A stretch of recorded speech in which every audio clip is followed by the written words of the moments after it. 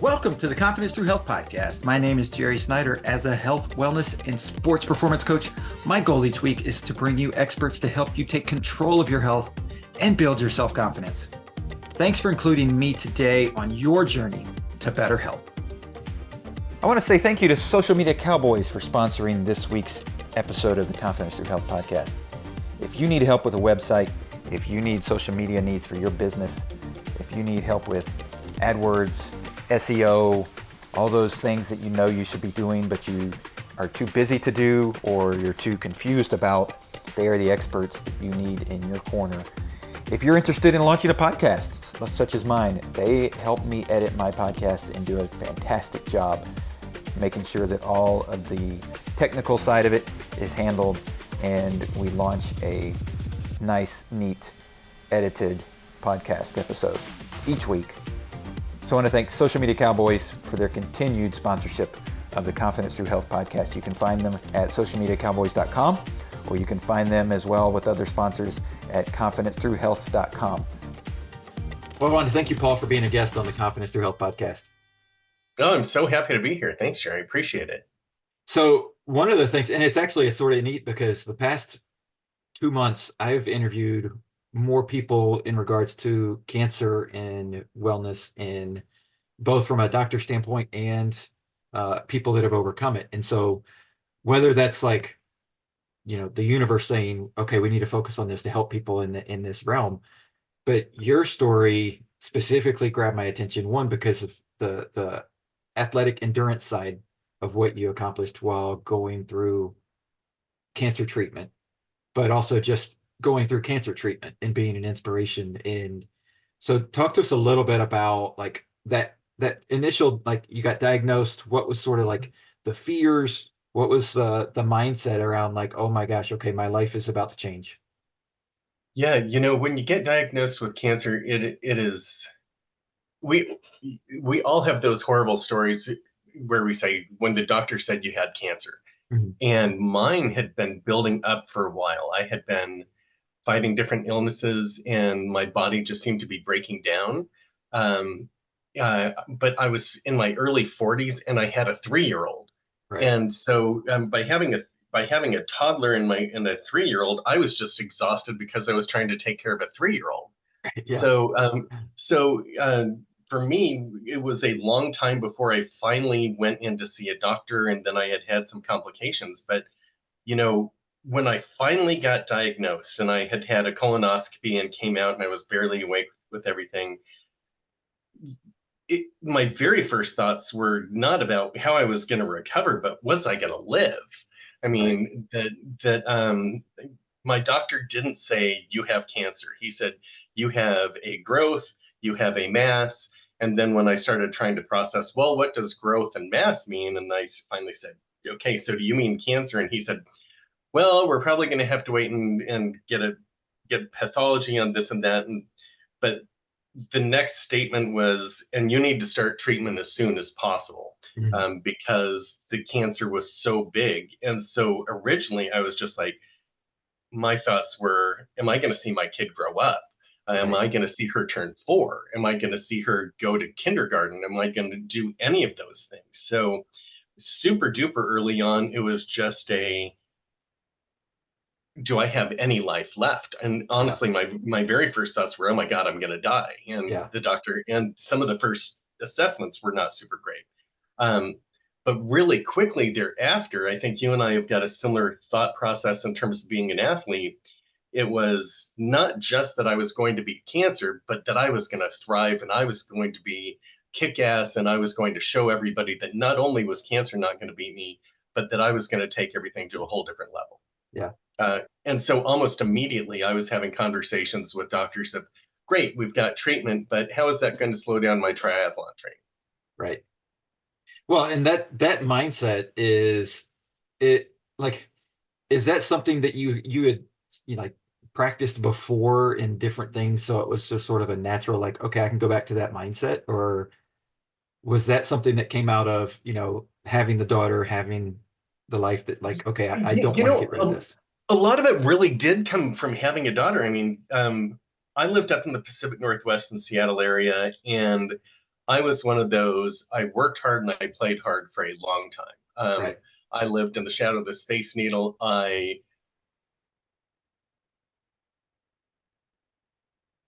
partied way too much. I hung out with buddies and low into the night. And so, um, did I have that fortitude at that point? No. Probably like a few years before my daughter was born, I started becoming an athlete. Nothing like you are. Right. Um, but it was really as my daughter was born and I started doing different activities with her. And she wasn't necessarily running, but she certainly wasn't as a 3 year old. But I would toss her in a stroller and I would get Hmm. her out for a 5K. Yeah. And there was one triathlon when she was 2.5 that I was so lucky that she was at the finish line and it was a small race and I was able to pick her up and carry her across the finish line. Yeah. And so it was when all of a sudden I was like, what are those moments I want to share? And what was kind of my finish that I wanted to have those moments for her. Yeah. I wanted to, if I was going to die, I wanted to have that memory where she was going to be able to, I was going to have that memory of holding her when I finished an Ironman. I Right. wanted her, hopefully, that maybe she wouldn't remember it, but she at least would have a photo of me finishing the race too. And boy, what a great moment that would be. So, yeah, it was certainly when I got into being a dad and a husband that I really felt much more compelled to find that drive and that inner strength for sure. Yeah. So Yeah. does that come from, like a family history? Like, did somebody impact you in that way? Of you like, okay, I want to have that same impact with my daughter that somebody had on me when I was a kid? It was actually, Jerry, it was actually the opposite. Okay. For me, that my parents were distant. Yeah. Both my parents were psychologists, and both of them were about as sedentary as you possibly could imagine. That my dad, if you imagine Mr. Potato Head, Yeah. that was my dad. He had very skinny legs and he was this giant man Yeah. with a 45-inch waist and pasty legs. And I think the last time he did a sit-up, he was 24 years old. Right. And so there was this big part for me that and they were both distant, and not only were they kind of sedentary, but they were focused on work and they were focused Sure. on other things. So for me, there was this aspect that I wanted to make up for it in an entirely different way. And that has been, it has been a wonderful, cool part. My daughter's 14, to be able to, we have got such a great connection. I've got just Mhm. such a great relationship with her that we're able to talk and bond and share in so many different ways that I didn't grow up. So it wasn't a model I had, but it Right. was certainly a model I didn't want to follow in the future. Right. Right. Yeah, Well, and I love that. And one of the things that one of the reasons why I started getting into the health standpoint, and really it's the reason why I got my degree in exercise physiology, was my grandmother was going through cardiac problems when I was in college. And at that point of like picking a degree plan. And so sure. seeing her in the hospital and seeing that, and I was like, oh, I love that, that connection. My grandmother was my biggest fan. Like, and then she passed away like 8 months after her first visit to the hospital when I was still in college. Oh my gosh. And I was like, I don't want people to not have that connection to their grandparents, right? I want people to Right. also, though, like, I want you to become a grandparent so you can have that connection and you can feed that to, little ones. Yeah, for And it's sure. almost like you've like started that with your daughter, so that I'm sure she's going to look at it and go like, okay, when I have kids, I want them to be around my dad, right? I hope so. Right now she's 14, right? And Right. so when you deal with a teenager, Yep. sometimes they don't want to deal with dad at all. Right. But no, absolutely. That where every day I think tell each other we love each other 15 times. Yeah. And that is when it's not just the cursatory, it's if she's leaving, okay, I love you, have a good day. And it's meant and it's sincere. And we'll send text just saying that. Yeah. And in one day, we will tell each other that we have so much more love and affection honestly respect for each other than I ever had growing up in my lifetime. So Right. it has been a wonderful thing to have for Yeah. sure. Yeah. Absolutely. And Yeah. so that was the driving force, right? Of like the Yeah. recovery piece of it. But Yeah. like the day to day, right? You're in the day to day of treatment. You're obviously, I'm sure, processing from any moment the like, okay, this cancer could go one way or the other, right? Like, is it going to spread? Did they get it all? All of those types of thought processes, Yep. right? Yep. And then the commitment to train, which as an endurance athlete, I know, and especially when you add into the Ironman realm of things, like that's no small commitment. No. No, but it was Jerry, for me it was a little bit of a calling, and in part because I was so afraid I was going to go always. That it was when I first got diagnosed, I had my tumor, and I mentioned the doctor was kind of vague in terms of saying I had cancer and how bad it was, but I mean, my tumor was the size of my fist. My Oh my tumor was gosh. right at the junction of my rectum and my colon, and when they did the colonoscopy for me, um, the doctor said, well, we tried the normal scope and we only could do about 10 centimeters in because of the mass.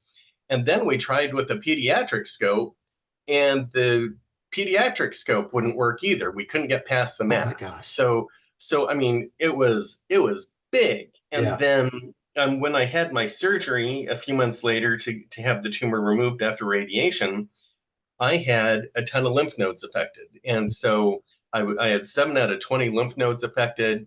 Um, and I had a few suspicious spots in my liver. And so there was always this question of, even though they had diagnosed me as stage 3, there always was kind of this, yeah, you're stage 3, but we're not totally sure. And so there were the lesions. And then at a year when I was supposed to be labeled as being cancer free, there was something else they wanted to monitor. And then one of the things, you and I were talking some right before our interview about injuries. I've had both my hips replaced, and Oh so when wow. they do, scans, I get CAT scans. They get a weird reflection, so Right. they can't see half my insides, right? Right. And so at 3 years, when I was supposed to be free and clear, there were weird shadows they continued to monitor. And then a couple years later, I had valley fever. So I had a spot in my lung exactly where Oh I my was not gosh. supposed to have a spot. Yeah. So it took them 9 years before and then let alone ongoing polyps that were precancerous, blah, blah, blah, blah, blah. Sure. So there was always something for 9 years that they were saying I was still a cancer patient. Wow. So there was always this part for me of, was I going to make it? Yeah. And as endurance athletes, whether there's some, for me, there certainly was a trying. I knew that if I could still do races, that I was okay. Yeah. And that the moment, if all of a sudden my body started failing on me and I couldn't do something long distance, very slowly, keep in mind. I mean, you talk Sure. training when you've got artificial hips is a different beast, because Yeah. my running is much more lots of walking, little run, Right. lots of walking, little Yeah. run until the pain gets too high. Right. And so there, so for me, there was this, I needed to do it to kind of prove to me I was okay for a long Mhm. time. Your point though about it is a huge commitment. Oh, absolutely. Now, one of the things that happened right after I finished going through chemotherapy, she's now my ex-wife. During cancer and major health scares either bring you together or tear you apart. Mhm. Mhm. And it was really, we were struggling before I got sick. Yeah. And then while I was going through treatment, it was really obvious that if and when I was okay, that we would separate and move on.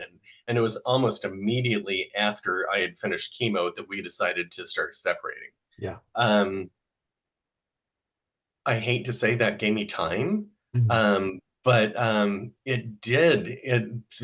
And when I was trying to figure out how to fill my life, I could fill it with people or things that just were random. And some people need a relationship just to have a relationship. And I just needed to make sure I was okay from a health standpoint for a long Right. time. And so for me, my life became making sure my kid was okay and doing what I could to stay healthy. Yeah. I actually totally changed my career right after finishing treatment too. That I had been running corporate communications and corporate affairs for a holding company that owned Redbox and Coinstar when both of those were cool, because Right. Redbox is now no longer around. Yep.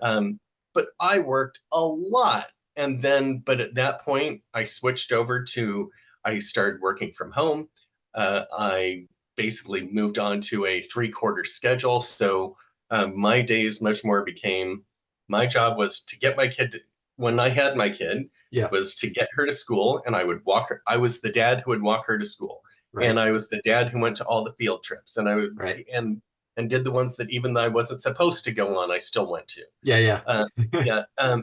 But so my life, in terms of the commitment, my life did switch where it was my kid, it was taking care of my health, and work kind of became this third thing. And Yeah. that's always been what it's been ever since then. That Yeah. it was, and I've been so happy and lucky and all those different things of just saying that life is a better balance every day because of that. Yeah. Um, right now, I mean, I even, in terms of family and priorities, my ex-wife met somebody down in Phoenix, and after a couple years of us being in the Seattle area, they asked me to move down to Arizona. And for me, what was most important was staying close to my daughter. So Right. I gave up my life to be here, but that was part of the priorities, and Right. that allowed me to. It allowed me to keep those same priorities going. So, Sure. Sure. but yeah, it's. I mean, I look back now, and I mean, it's now been 11 years since I went through treatment. It has been a sacrifice. Yeah. I have chosen to stay single. I haven't had necessarily. Uh, I have certainly had relationships, but when I've determined priority, you know, the exercise part and making sure I'm still healthy for me, that has been a top one that I've continued to stick with. Right. Well, and that goes into like overall wellness, right? Overall wellness Great. practices. And I think that's something that a lot of people don't understand when they hear about trying to be healthy. And I haven't had cancer diagnosis. I haven't had heart disease. I haven't had some of those bigger things where, you're like forced to deal with that potential life-changing moment of, am I going to let this tear me down and make me this person that just chases doctor's visits all the time? Or am I going to completely change my life and attack this, right? And you have to do that second part. And that for Yeah. me was just the absolute critical part. And for me, in the last year or so, because there is a while, especially being a cancer patient, I, even though I was kind of a cancer patient versus not, because they were continuing following up, that Mhm. um, it was important for my health and wellness just to continue to fight, and my mental acuity was so much stronger because I was taking care of my physical health. Right. And yes, it is a little bit of a balance, but when I've looked at my friends and people that I hang out with and choose to spend time with, I'd much rather have those folks who are saying, what am I doing to take care of my body and take care of my life that is going to help me live to be 105, Right. or whatever that may be. And certainly I'm about to turn 55 in 3 weeks. Okay. Crap, I'm about to turn 55 in 3 weeks. Um, but whereas I still hope I've got 40 years ahead of me. And so I'm Right. doing those things to absolutely do that. Yeah. And you're right, of now that I've gotten back into some of these cancer discussions, it has horrified me to see so many people saying, I've been diagnosed, my life is going to end, I'm not going to do anything, I'm just going to sit at home and basically let cancer consume me. And Yeah. that's not acceptable. Right. Yeah. Well, and it's because you lose all your relationships, right? And not just like Yeah. you said, your spouse, but like you lose like your friendships, your everything, because you get so consumed in, I am a cancer patient, I have cancer, versus, okay, okay, that's something, but I'm going to do all these other things and Right. like and Well, start enjoying those experiences that maybe I don't know if I have another 5 years to do or not. I hope I do, but might as well go experience life. and experience life as much as possible. And that has been a wonderful thing for me. And some of them have been with my daughter. A lot of them have just been on my own, or as I've chosen to bring people along for the ride. Of it's more than just a bucket list, Right. and people, whether it's a bucket list or a must-do list, it's exploring and trying all these new and different things every single day. Yeah. And some of them are athletic, and some of them are silly, stupid things like I'm a Breaking Bad fan, and Okay. so when I was going through treatment, um, right after I had surgery, I binge watched most of the episodes of Breaking Bad. Yeah. I don't totally recommend that for people because the Breaking Bad character has got terminal cancer, right? Right. And so for me, there was this, hey, maybe I could get into doing meth or whatever. I didn't really, but there was kind of the Right. creative part. But then a few years ago, I was going through Albuquerque. I don't even remember for why, and I made a point to do the Breaking Bad tour, Yeah. which was quirky and silly and stupid, but it was awesome. Right. And so whether it's doing that 5K or climbing the mountain or going to the baseball games or whatever, or going to the Breaking Bad events, Right. it's really taking in every single moment so that you're living your best life every day, for sure. Yeah. Well, and the only way to do that is to change your mindset, right? Because if your Yes, mindset is, okay, I'm going to spend my time at doctor's offices and right, work, work, work, work, work, right. right? And you shifted those priorities and went, wait, work comes back down here, right? It's still important. It's still a part of life, It's but part of the we're going to move balance. it You're back figuring down. that out. Yeah. Yeah. And move those things up that bring more joy and wellness. And honestly, when you look at how the physical body works, it it helps you heal. Yes, for sure. Um, that balance of making sure that your body, our system, it's a combination of our brain and our, it's always finding that what your head and your heart mix together, right? Yeah. And so, Mhm. and finding a way to sync those is so much better. So I totally agree with you that if I think about what my life was like before my kid, let alone before I got diagnosed, Mhm. I was miserable. Now, in the things, I think everybody would have said I had the best world possible. I mean, Right. I think I was mentioning at the start.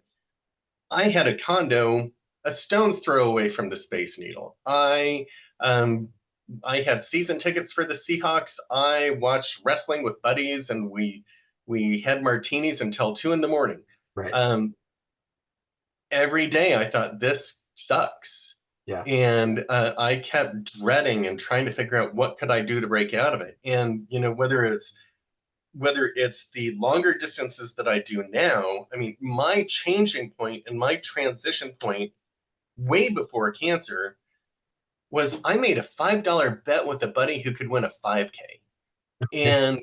And I mean, it was one morning that we had seriously done way too much the night before, and we were having Bloody Marys and omelets at some breakfast joint. And Yeah. people came in after finishing a 5K, and they were all bouncy and excited, and they had their Right. bibs on. And I jokingly looked at the guy, at my buddy Todd, and I said, "I'll bet you $5 that I'll beat you in a 5K." And we tossed around money, and the 5K was going to be in 6 weeks. Mhm. And so I then went down to Green Lake, which is a little 10-minute drive away, and there was no way Todd was going to beat me. That Yeah. was like a commitment to me. So I was like, I'm going to start running.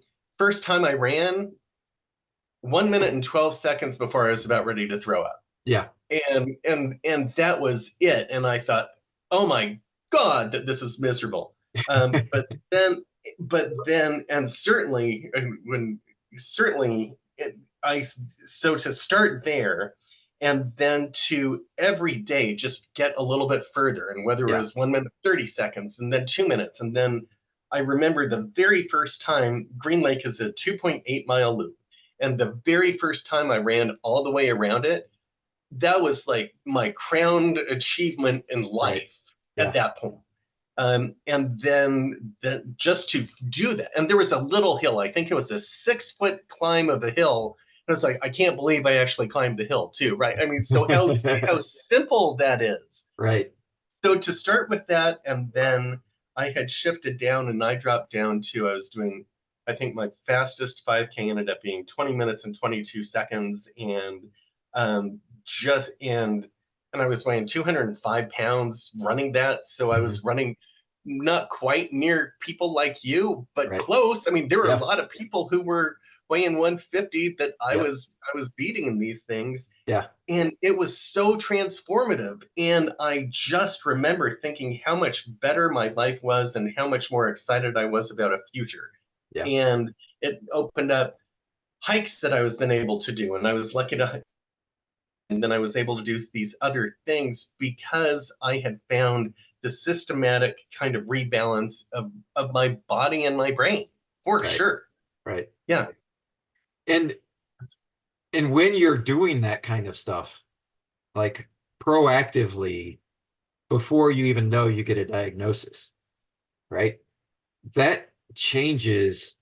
I mean, you've already spoken to that a little bit, but it changes your outcome on the other side of it and how you're able to deal with it. Right. Oh, and it's not just with cancer. I mean, so I mentioned both my hips Yeah. and some of the discussions I've had with my physicians. So my first hip, I mentioned both my parents were sedentary.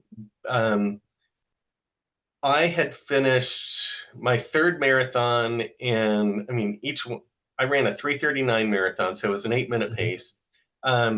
Pretty good. That's pretty good. And yep, and I 3:39, 3:40, 3:41, and so that had become part of my who I was. Hmm.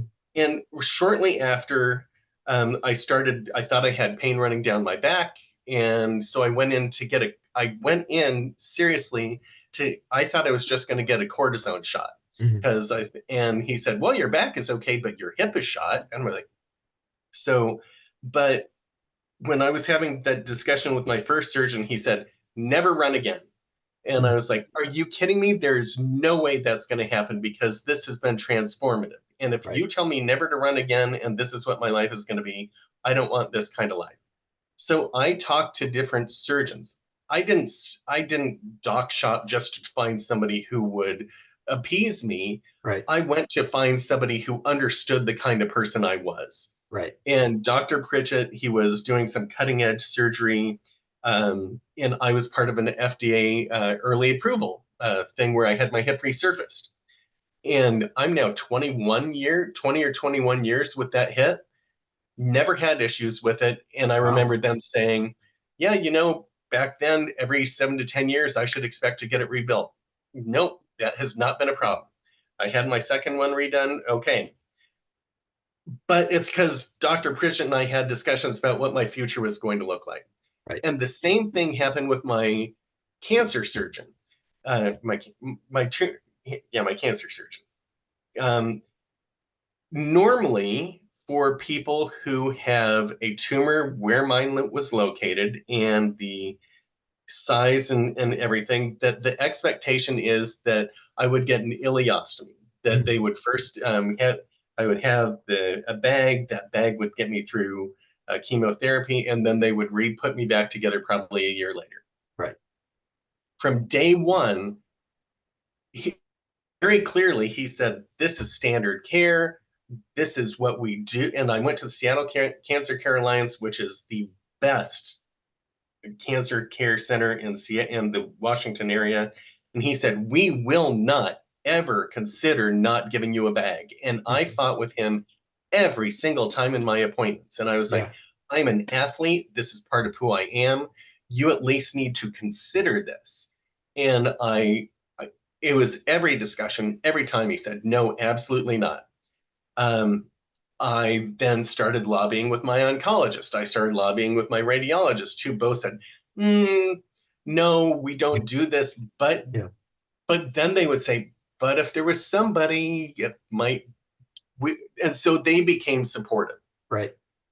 So the day before surgery, I got fit for the bag. They put dots on me where the bag was going to be.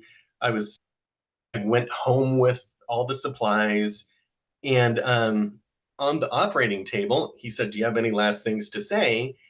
And I know he was expecting me to fight with him one more time about having a bag. And I looked at him and I said, "I'm at peace with what you need to do." Yeah. And then I said, "Now let's go light this candle." And lighting this candle is a phrase for Alan Shepard when he took off in the first Right. rocket. And I could see him kind of just, he kind of, now I'm sure I've replayed this a million times and he probably just nodded his head and said, okay. But in my mind, I could swear he looked a little differently. Yeah. When I came out of surgery, he said, "We completely resected you and you do not have a bag." First one he ever did. Wow. And then later on, when we talked about it, he said that when he had sent notes to other physicians about what he did, they sent him notes back saying he had balls of steel to even have tried to do what he did. Wow. But that was a testament to what you said of having that proactive mindset and Yeah. owning it and taking this on. And I've carried that through everything. I mean, that's where, I mean, this body has gone through a lot, but I continue to say, this is the vision for where I'm going to go, and this is the life I'm going to have. Right. And it's been a much better one as a result. Yeah. Well, and that's a huge piece for people to know and understand in like, to get back to what we said earlier about, like, you don't have to be the diagnosis. No, Like, that's just something that's happened at a like a it's a timestamp. point in time. Right. And it's Right. like, okay, how you deal with it afterwards, like in leaning back on whether it's an athletic experience or, whatever else kind of experience it is that you had, a trial, you had to overcome it, like leaning back on those experiences and not just forgetting all those things. And I'm sure that stuff that you replayed, being an endurance athlete, I know you go out for a run or, for you for a bike or a swim, that's, you're by yourself. A lot of times, like, you can go with a You are. group, but there's a lot of times, even if you're with a group, if you're going at a good enough pace, you might have You're on somebody your next to own. you, but you're really in your own head on your own. Yes. Oh, for And sure.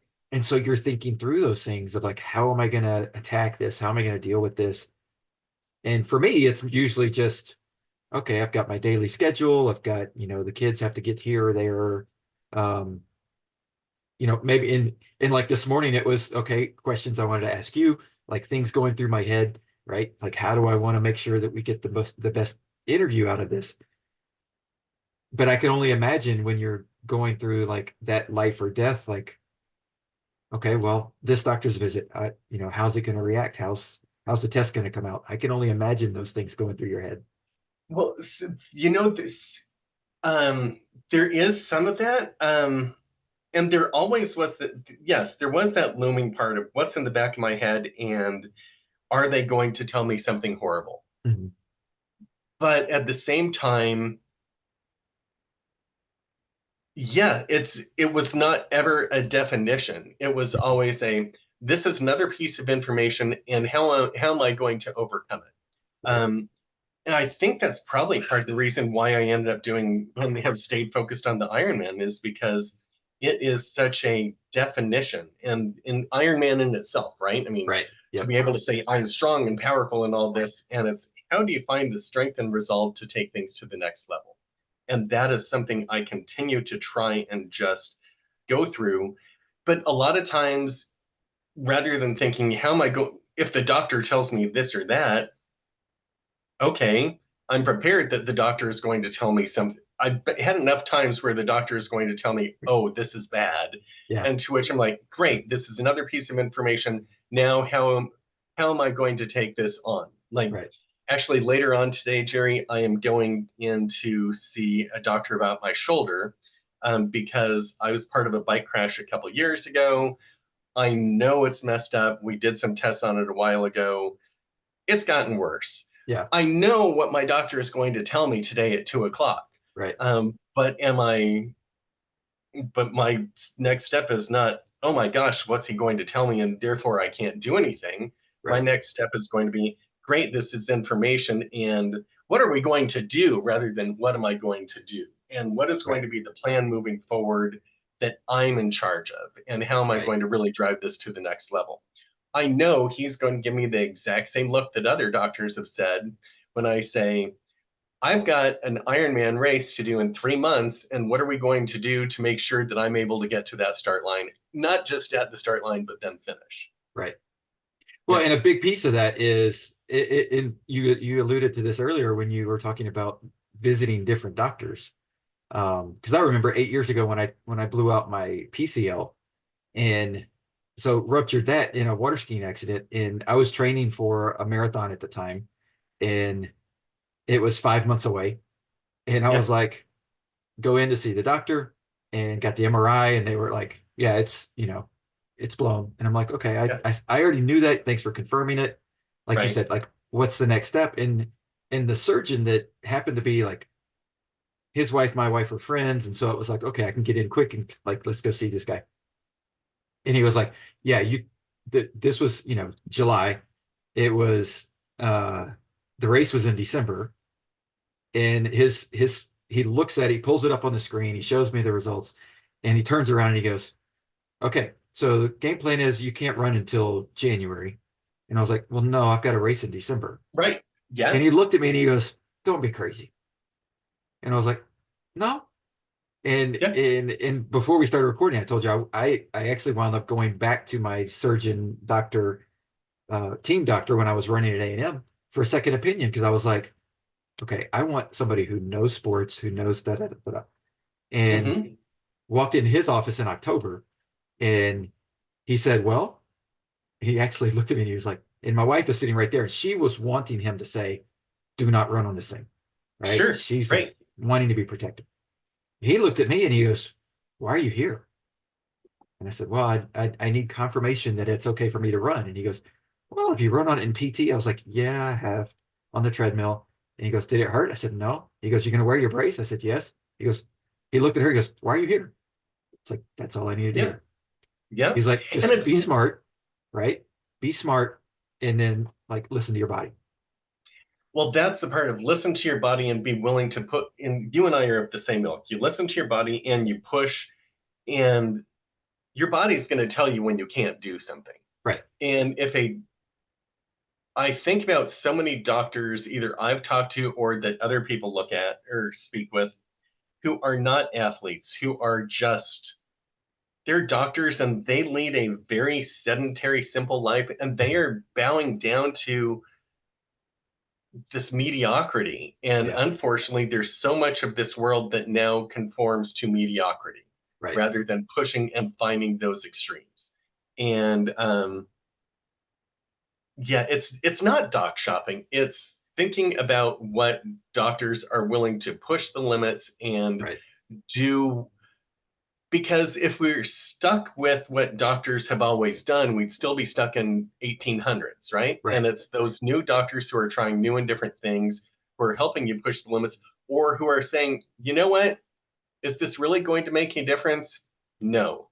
It was Mhm. like when your knees that when I first found out that my hip was really going, and the first doctor said, don't run for as long as possible. I was like, wait, why? And he said, well, because you're going to need surgery. And I said, am I going to need surgery already? And he said, yes, absolutely. I was like, then what discussion are we having? If I'm Right. going to still need surgery, am I going to really make it a worse surgery? Right. No.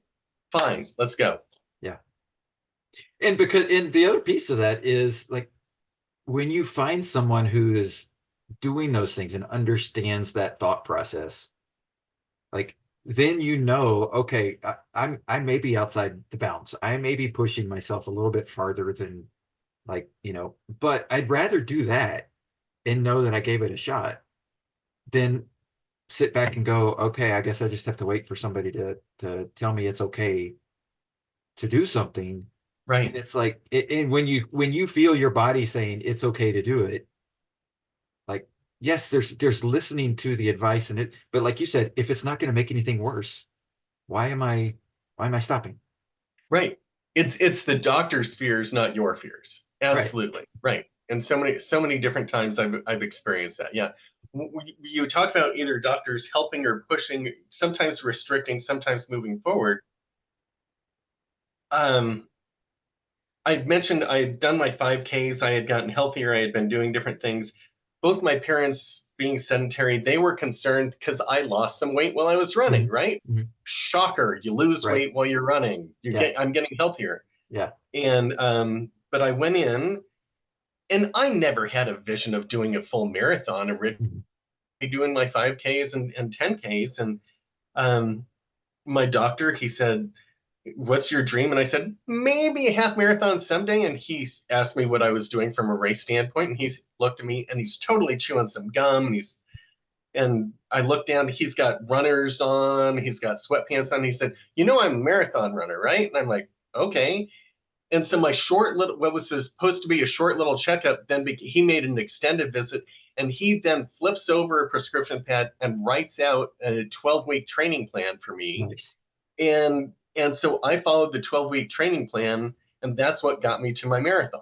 Nice. And if it weren't for him saying not you can't, but you can, and it totally opened up this, my whole world had been opened up already, but it took it to a entirely new level Right. just dramatically. And I Right. thank God and time and fate and all that, because I didn't stop and say no. I had somebody who said, what if? Yeah.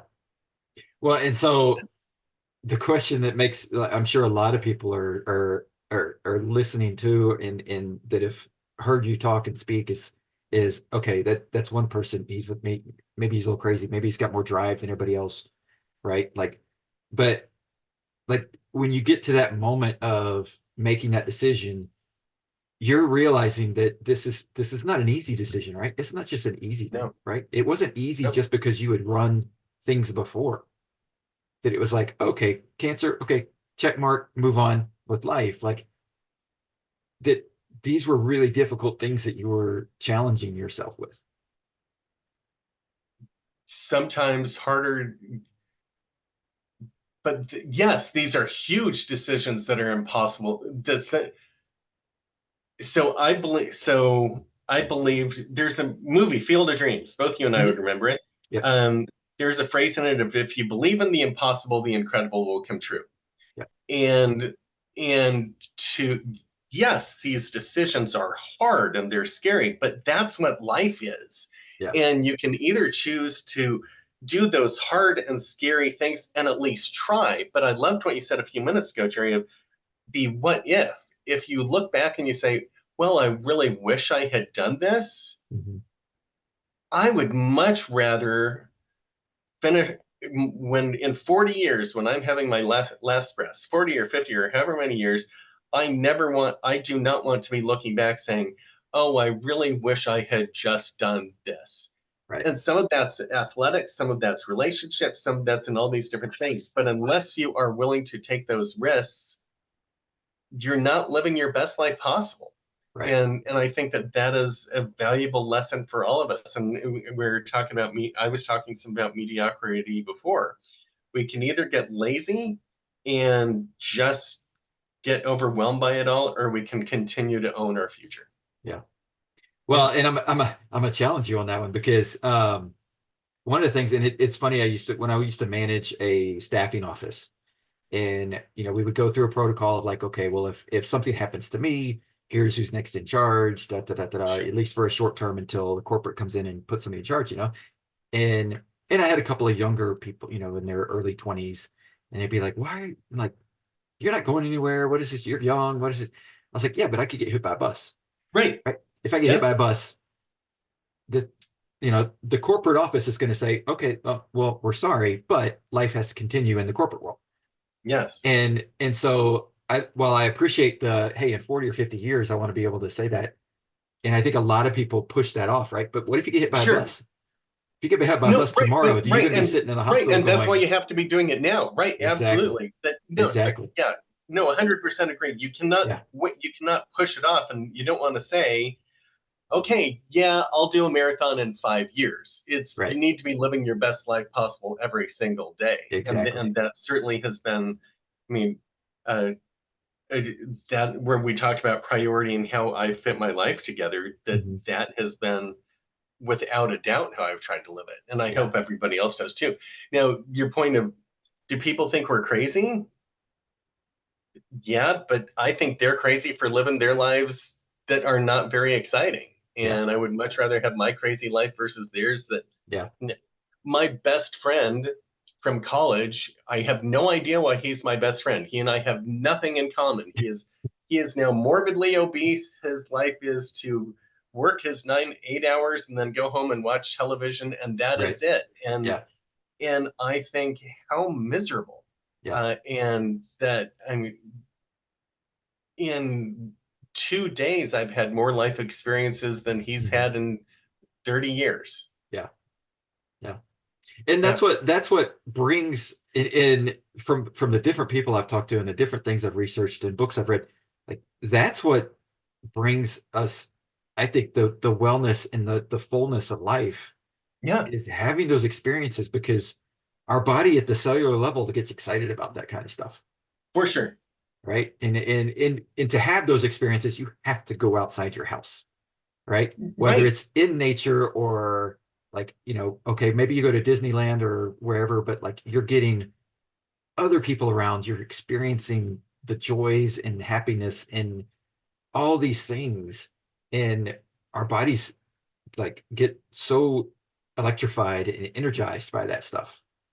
I love how you talked about it. It's at the cellular, easy for me to say, Yeah. cellular level, because it is. It's not just up here. That Yeah. there are. My daughter and I, 2 weeks ago, we were in Iceland, and we were day 4, one of the days, and it was beyond miserable out. Yep. Yeah. It was beyond miserable, and it was 48 degrees and 20-mile-an-hour winds, Oh, and it sucked, yeah. but it was awesome. It was Yeah. so great. And I even, my daughter, I looked at her and I said, "Embrace the suck, Natalie. Just embrace the Mhm. suck." And we were out there for an hour, and we walked down to a beach, and we had to totally when we were done, we it took us a long time to thaw out, Yeah. but it was one of those that we felt it in every part of our body, Yeah. and that was probably our favorite time that we had while we were out there, was because our whole body brought it in and embraced it. And yes, to your point, we were outside, and that's how you really get it. And boy, I came back from some of that experience and a few things just feeling so much more inspired about what can happen. Yeah. And sometimes I think about, what does it take to find that inner resolve? And right now here in Arizona, it's a million degrees, and but I certainly Right. came back from that trip saying, my body remembers what it's like to push as hard as I need to, Right. for sure. Right. So your book, Iron Dad, right? Yeah, yeah, Where can people, I mean, I'm assuming it's on Amazon. Is it? yeah. My book, Iron Dad, it's on every. It's weird. I've been so excited. Then, is talking about the book has been a weird, exciting experience too. It's on every online major retailer. Yeah. The cool part for me with the book is it talks so much about experiencing life to the fullest in the same way that you and I have had. Mhm. That it's You can either look back and say, I lived a passive life, or how can I continue to go through it and living the best things? Yeah. I've got a big part of it that actually has a blog that I wrote while I was going through treatment, Oh, so cool. that people who now are facing cancer and facing some of the diagnosis know some of those conversations they can have, and how to push Mhm. the doctors in the kind of ways that you and I think are really important. So yeah, Right. Iron Dad, you can find it at any major retailer, or you can find more information at irondadbook.com. Awesome. And then before we end, is there anything that maybe we haven't touched on for that person that is like just getting their diagnosis, right? Like maybe they've had some issues, they've had Yep. some symptoms of things, they go in, they get that diagnosis, like how can you help them through that mindset shift? Is there anything that you like parting wisdom? The parting wisdom I would say is, getting diagnosed with cancer is not a death sentence. Yeah. And doctors practice medicine. Doctors are not authoritative. Practicing medicine means they're practicing and they're learning every single day. Right. And as we learn more and more about medicine and cancer and illnesses, that there are ways to fight and beat things today that they didn't know 2 weeks ago.